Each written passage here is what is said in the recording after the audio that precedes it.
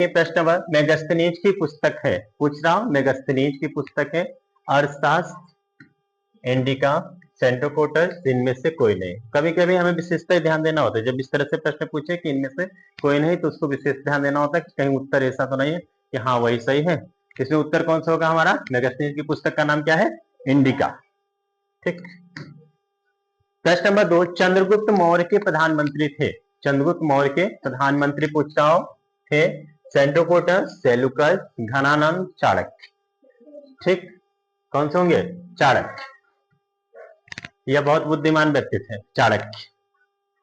चाणक्य बहुत बुद्धिमान व्यक्ति थे। अगर चंद्रगुप्त मौर्य एक महान शासक थे तो उसमें एक उनकी महत्वपूर्ण भूमिका थी किसकी? चाणक्य की। ठीक।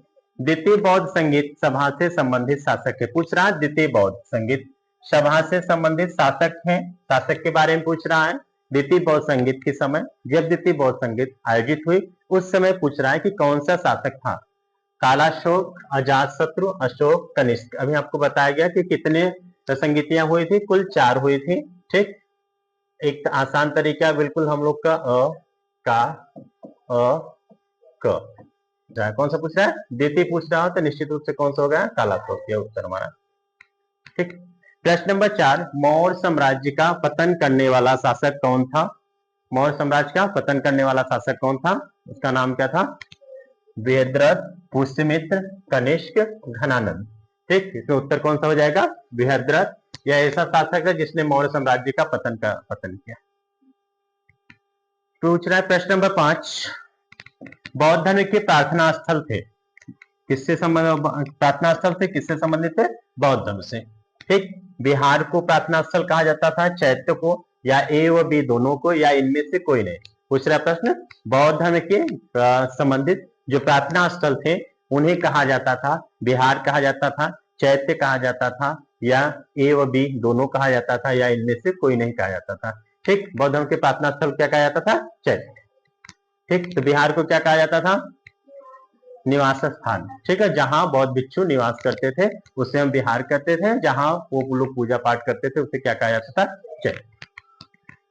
कुषाणकालीन सिक्के थे, पूछ रहा है कुषाणकालीन सिक्के थे। प्रश्न नंबर 6, कुषाणकालीन सिक्के थे, चांदी के थे, तांबे के थे, सोने के थे, सेलखड़ी के थे।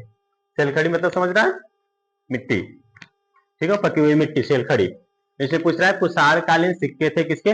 सोने के। ठीक है। प्रश्न नंबर 6 जो हमारा है उत्तर कौन सा सही होगा? कुषाणकालीन सिक्के थे किसके? सोने के। प्रश्न नंबर 7, भारत का स्वर्ण काल कहा जाता है, क्या कहा जाता है? भारत का स्वर्ण काल। पूछ रहा है कौन से ऐसा शासन काल था जिसे भारत का स्वर्ण काल कहा जाता है? कुषाण काल, मौर्य काल, शुंग काल, गुप्त काल। कौन सा शासन काल होगा? गुप्त काल ऐसा शासन काल था जिसे भारत का क्या कहा जाता है? स्वर्ण काल। प्रश्न नंबर 8, भारत का नेपोलियन कहा जाता है, किसे कहा जाता है? चंद्रगुप्त, श्रीगुप्त, समुद्रगुप्त, कुमारगुप्त। कौन सा उत्तर हमारा सही हो जाएगा?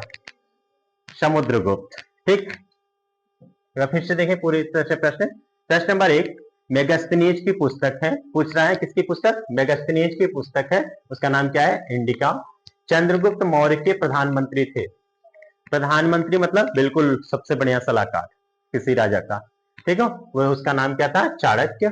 द्वितीय बौद्ध संगीत सभा से संबंधित शासक है, कौन से संगीत के?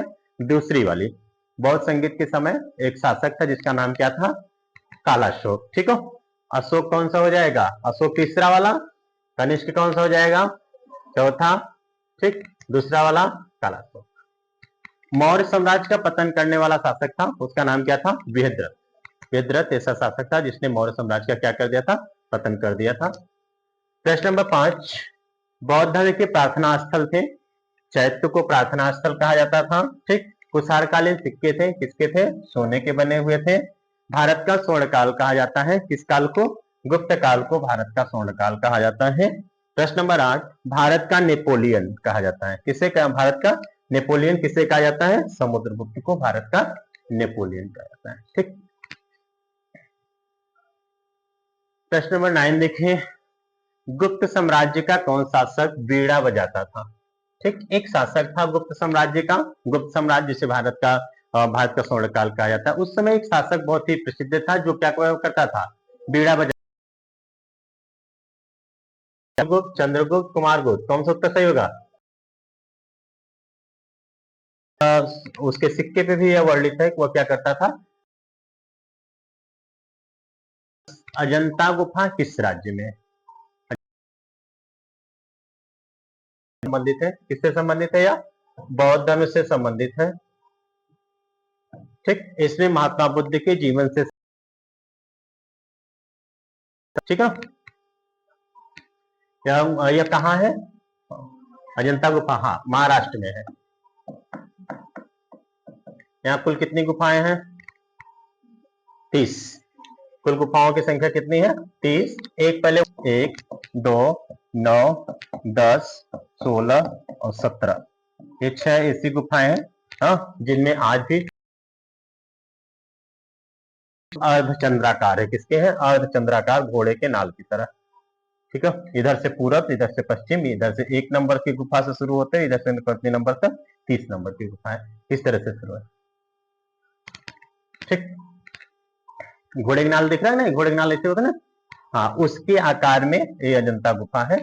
ठीक है, यह कहाँ है, महाराष्ट्र में है। इसमें कुल गुफाओं की संख्या कितनी है, 30। यह किस धर्म से संबंधित है, हाँ, बौद्ध धर्म से संबंधित। ठीक, प्रश्न नंबर 11, कालिदास की रचना है, पूछ रहा है कालिदास की रचना निम्न में नहीं है। कालिदास की रचना निम्न में नहीं है। अब पूछ रहा है कालिदास की रचना है और निम्न में नहीं है, इसमें एक नहीं है, हमें बिल्कुल ध्यान देना। अब यहाँ कंफ्यूजन होते कि अब कालिदास की रचना है, नहीं, हम इस तरह ढक लिया गया प्रश्न, कंफ्यूजन हो रहा था। कालिदास की रचना है, अब हम चेक करें, रघुवंशम कालिदास की रचना, कुंतलम कालिदास की रचना है, उसके बाद कुमार संभोम और मुद्रा राक्षस, 2 चीजें कंफर्म नहीं हो। उत्तर कौन सा होगा हमारा, मुद्रा राक्षस। प्रश्न कोई एक बार, प्रश्न नंबर 12 पूछता है, द्वारा पंचतंत्र की रचना की गई, किसके द्वारा पंचतंत्र की रचना की गई, हाँ, प्रेमचंद, कालिदास, विशाखदत्त, विष्णु शर्मा, किसके द्वारा, विष्णु शर्मा के द्वारा। ठीक, भारत की प्रथम कृत्रिम, प्रश्न नंबर 13, भारत की प्रथम कृत्रिम उपग्रह, ठीक है, किसका पूछ रहा है, कृत्रिम उपग्रह का नाम बराहमिहिर, बाणभट्ट एवं भी दोनों शूद्रक, किसके नाम पर है, भारत का प्रथम कृत्रिम उपग्रह का नाम क्या है, ठीक, बाणभट्ट। प्रश्न नंबर 14, हर्षवर्धन के शासनकाल में आया था, फायान, वेन्सवांग एवं भी दोनों, इनमें से कोई नहीं, कौन सा आया था, वेन्सवांग। कुछ तो समझ में आ रहा, इसमें का इसमें का, ठीक, हर्षवर्धन के शासनकाल में आया था, फायान, वेन्सवांग एवं भी दोनों, इनमें से कोई नहीं, तो उत्तर हमारा कौन सा हो जाएगा, वेन्सवांग। प्रश्न नंबर 15, विक्रमशिला विश्वविद्यालय की स्थापना किसने की थी, धर्मपाल, रामपाल, गोपाल, महिपाल। यह विक्रमशिला विश्वविद्यालय की स्थापना की थी, तो उसने धर्मपाल ऐसा शासक था जिसने विक्रमशिला विश्वविद्यालय की स्थापना की थी। ठीक, अब पूछ रहा है प्रश्न नंबर 16, कोणार्क का सूर्य मंदिर है, ठीक है, कौन सा, कोणार्क का सूर्य मंदिर है, केरल में है, मध्य प्रदेश में है, उड़ीसा में है, महाराष्ट्र में है।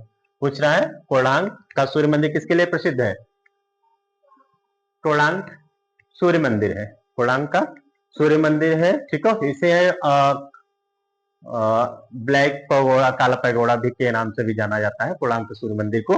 ठीक है, कोणार्क का सूर्य मंदिर स्थित है कहाँ, उड़ीसा में। ठीक, खजुराहो के मंदिरों का निर्माण कराया था, चंदेल, चोल, चालुक्य, राजपूत। किन शासकों ने खजुराहो के मंदिरों का निर्माण कराया था, किस शासकों ने, चंदेल शासक ऐसे थे जिन्होंने खजुराहो के मंदिरों का निर्माण कराया था। तीनों शासक बहुत महत्वपूर्ण है, चोल भी, चालुक्य भी, ठीक, बाकी राजपूत तो यहाँ राजस्थान से संबंधित थे।